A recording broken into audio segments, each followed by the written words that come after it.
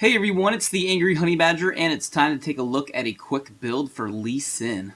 As for Lee Sin's rune page, I usually take my AD page because he is a strong early game champion and he tends to fall off a little bit more as the game continues, so doing more damage early will usually help you out. I go with attack damage marks, armor seals, magic resist per level glyphs, and then lifesteal quintessences. As for the rune page that I take, I will either take my AD carry page if I'm going for that early damage, which is a 2190 page, or I will go with my brawler page, which is a 1614, which will help you get a little bit more when it comes to having health and a little bit more resists and just a little bit tankier, but nothing really outright crazy tank. As for Lee Sin's abilities, this actually kind of comes down to personal preference and how you're actually doing in whatever lane you're playing. If you're playing him in the jungle, you're going to probably put a point into his E ability first. I also put 1 point into this at level 1 when I am in lane as well, because it's your crowd control and it will help you either get away or keep up with somebody if you're getting ganked or ganking. And then at level 2, you'll usually want to put a point, if you're jungling, into your Q ability, which will help you gap close and deal some damage. Now, if you are in lane and you want to deal a lot of damage and you're able to use your Q more often, then put some points into that.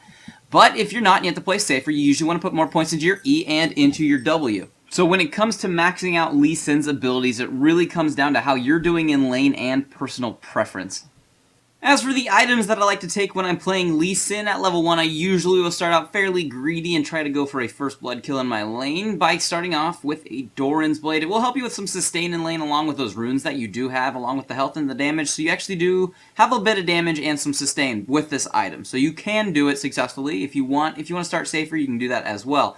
Now, if you are winning your lane, you can start off by going with a Vampiric Scepter, a Hex Drinker, Boots of Speed, and Tiamat are all good first items to consider getting, which we'll build later on.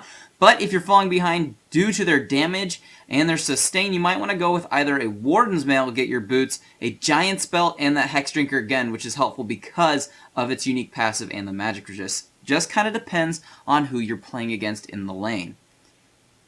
As for the full build, it may look something like this.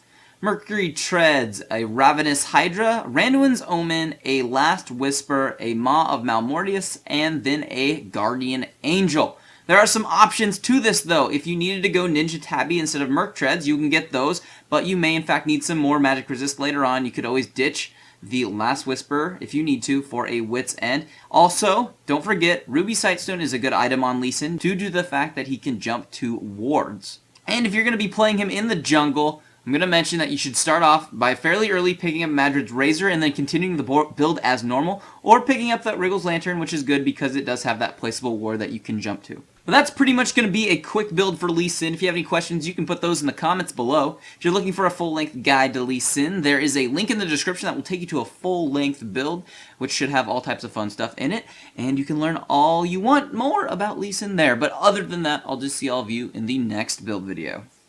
Basically, the combination I try to use is hit him with my binding, which is my Q, which I will, throw out that E to detonate that, and then use your ultimate while he is stuck in place, such as this, and blow him up like that. So